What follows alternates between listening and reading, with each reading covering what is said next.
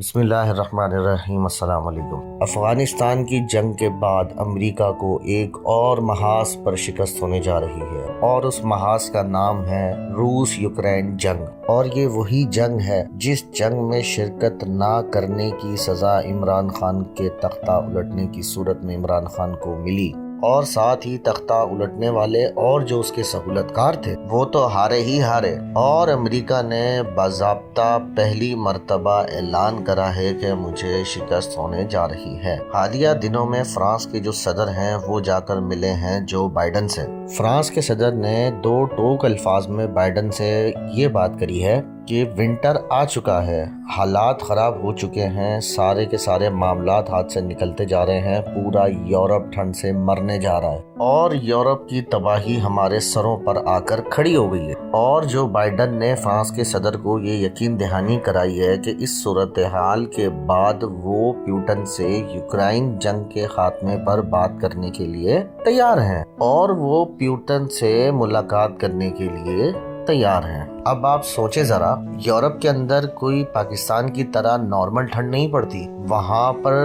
سال کے کئی مہینے برف ہی برف رہتی ہے اور اتنی برف پڑتی ہے کہ پورا کا پورا یورپ زمین میں دھسنے جا رہا ہے، کیونکہ دسمبر لگ چکا ہے اور وہاں پر سردی کی تیز ترین لہر شروع ہو چکی ہے۔ اور پیوٹن تو کافی عرصے سے یہ بات بار بار بول رہا ہے کہ آؤ مذاکرات کر لو، معاملات حل کر لو، معاملات طے کر لو، لیکن کسی کو اس بات سمجھ میں نہیں آ رہی تھی اور پیوٹن اس جنگ کو شروع کرنا چاہتے ہی نہیں تھے۔ اگر امریکہ یوکرائن میں مداخلت نہ کرتا اور اس کو نیٹو میں شامل نہ کرتا تو یہ جنگ کسی صورت ہونی ہی نہیں تھی۔ اور یہی موقف عمران خان کا بھی تھا کہ یوکرائن کا جو معاملہ ہے وہ یوکرائن اور رشیا کا اندرونی معاملہ ہے، ہم نے اس جنگ میں شرکت نہیں کرنی۔ اس نے امریکہ کو دو ٹوک الفاظ میں کہہ دیا تھا کہ میں تمہاری جنگ میں شرکت نہیں کروں گا، میں امن میں تمہارے ساتھ ہوں اور جنگ میں تمہارے ساتھ نہیں ہوں۔ اور اسی بات کی اس کو سزا ملی، جو عمران خان کا تختہ الٹ دیا گیا۔ اچھا، یہاں پر ایک بات اور سمجھے،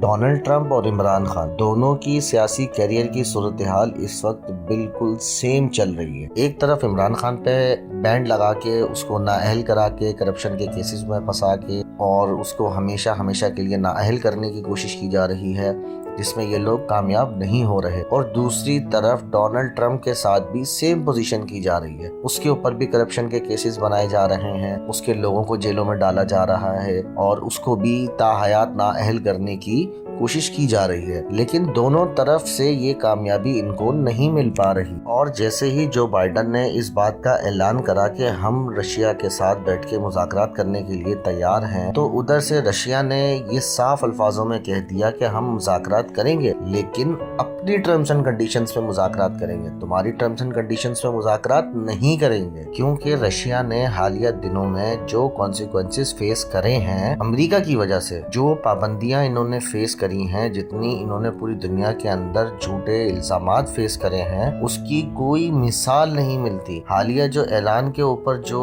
پابندیاں لگی ہیں، جو افغانستان پر پابندیاں لگی ہیں، یہ کچھ بھی نہیں ہے جو بائیڈن انتظامیہ نے رشیا کے اوپر لگائیں اور رشیا کا پورا انفراسٹرکچر تباہ کرنے کی کوشش کری۔ اسی لیے رشیا نے صاف کہا کہ ہم اپنی ٹرمز اینڈ کنڈیشنز پر آ کے مذاکرات کریں گے۔ اور رشیا کی طرف سے جو سب سے پہلا مطالبہ ہے وہ یہ ہے کہ جو علاقے ہم نے فتح کر لیے ہیں وہ ہمارے پاس رہیں گے اور یوکرائن کو نیٹو میں کسی صورت شامل نہیں کیا جائے گا۔ اگر تو یہ مطالبات مانتے ہو تو مذاکرات کے لیے ہم تیار ہیں، اور اگر نہیں مانتے تو ہم مذاکرات کے لیے تیار نہیں ہیں اور یہ جنگ جاری رہے گی۔ اور یہ جو سٹیپ لیا ہے نا پیوٹن نے سیکھا ہے افغان طالبان سے۔ جس وقت امریکہ کا کنٹرول تھا افغانستان کے اندر، اس وقت امریکہ سب سے پہلے یہ کہتا تھا میں نے کسی صورت افغان طالبان سے مذاکرات نہیں کرنے، اور جیسے جیسے افغانستان سے امریکہ کا کنٹرول ختم ہوتا گیا، امریکہ نے کہا جی آؤ مذاکرات کرتے ہیں بیٹھ کے۔ افغان طالبان کا وفد جب قطر گیا تھا امریکہ سے پہلی دفعہ ملاقات کرنے کے لیے، تو افغان طالبان کے جو امیر تھے انہوں نے امریکی جنرل کو اس کی اوقات یاد دلا دی تھی اور صاف کہا تھا کہ جو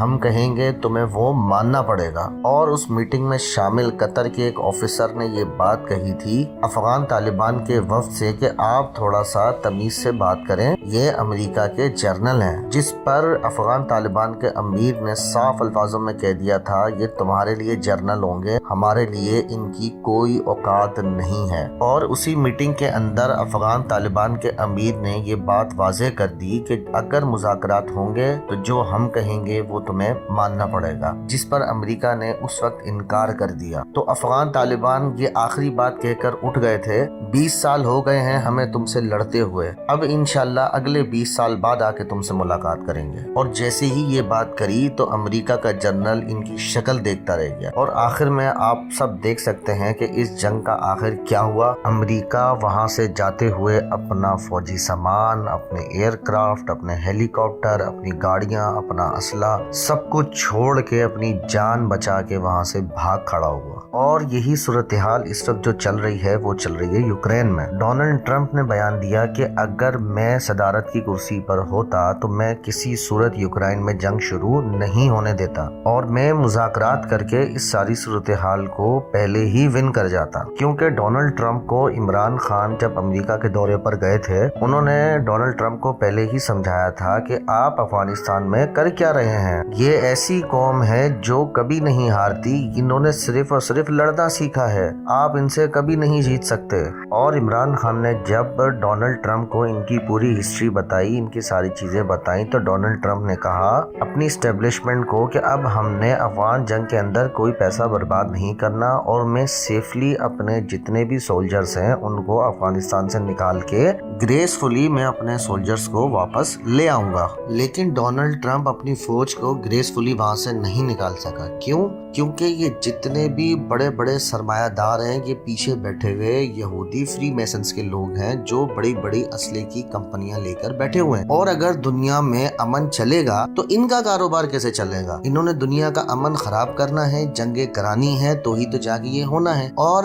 ڈونلڈ ٹرمپ اپنی فوج کو جیسے ہی نکالنے کی اس نے بات کری تو دنیا کی خفیہ طاقتوں نے ڈونلڈ ٹرمپ کا تختہ الٹ دیا الیکشنز کے ذریعے۔ اور جیسے ہی عمران خان نے یہ بات کری یوکرین جنگ سے پہلے، تو عمران خان کا بھی تختہ الٹ دیا گیا۔ اور رزلٹ آپ کے سامنے ہے کہ جیسے ہی ڈونلڈ ٹرمپ ہٹے، جو بائیڈن صاحب آئے، اور ان کے دور میں جیسے امریکہ کی فوج وہاں سے ذلیل ہو کے، رسوا ہو کے، گالیاں کھا کے وہاں سے نکلی، وہ سب کے سامنے ہے۔ اور پیوٹن نے بڑا کلوزلی واچ کیا تھا افغان امریکہ جنگ کو، اسی لیے پیوٹن نے پہلے ہی اناؤنسمنٹ کری کہ مذاکرات ہوں گے تو میری مرضی سے ہوں گے، اور جو 2 مطالبات اس نے سب سے پہلے رکھے ہیں، اگر امریکہ وہ مانے گا تو آگے مذاکرات ہوں گے، ورنہ نہیں ہوں گے۔ آپ پروپیگنڈا کریں، آپ حقائق کو مروڑیں تروڑیں، کچھ بھی کریں، آپ زیادہ دیر تک اب جیت نہیں سکتے۔ یوکرین کے معاملے میں بھلے یورپ کی سپورٹ شامل ہے، امریکہ کی سپورٹ شامل ہے، اسرائیل کی سپورٹ شامل ہے، ان سب نے یوکرین میں پیسہ دیا، ہتھیار دیے، سب کچھ دیا، لیکن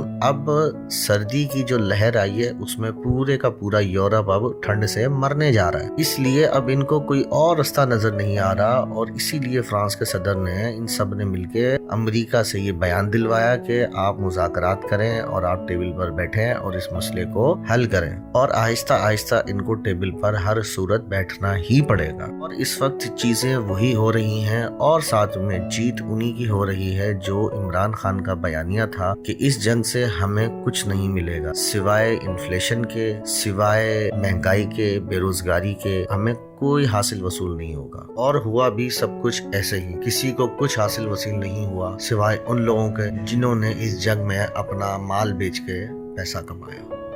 چینہ ٹی وی کو سبسکرائب کرنا مت بھولیں، ویڈیو کو لائک کریں، شیئر کریں، اور کمنٹ سیکشن میں اپنی قیمتی رائے سے ضرور آگاہ کریں۔